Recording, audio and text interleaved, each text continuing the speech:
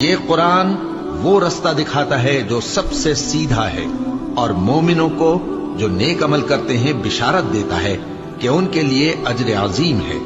اور یہ بھی بتاتا ہے کہ جو آخرت پر ایمان نہیں رکھتے ان کے لیے ہم نے دکھ دینے والا عذاب تیار کر رکھا ہے۔ اور انسان جس طرح جلدی سے بھلائی مانگتا ہے اسی طرح برائی مانگتا ہے،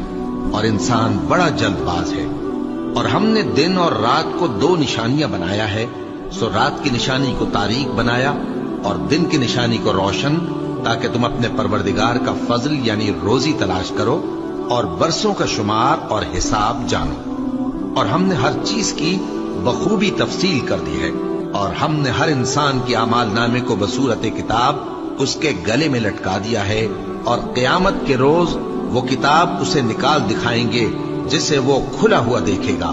کہا جائے گا کہ اپنی کتاب پڑھ لے، تو آج اپنا آپ ہی حساب کرنے والا کافی ہے۔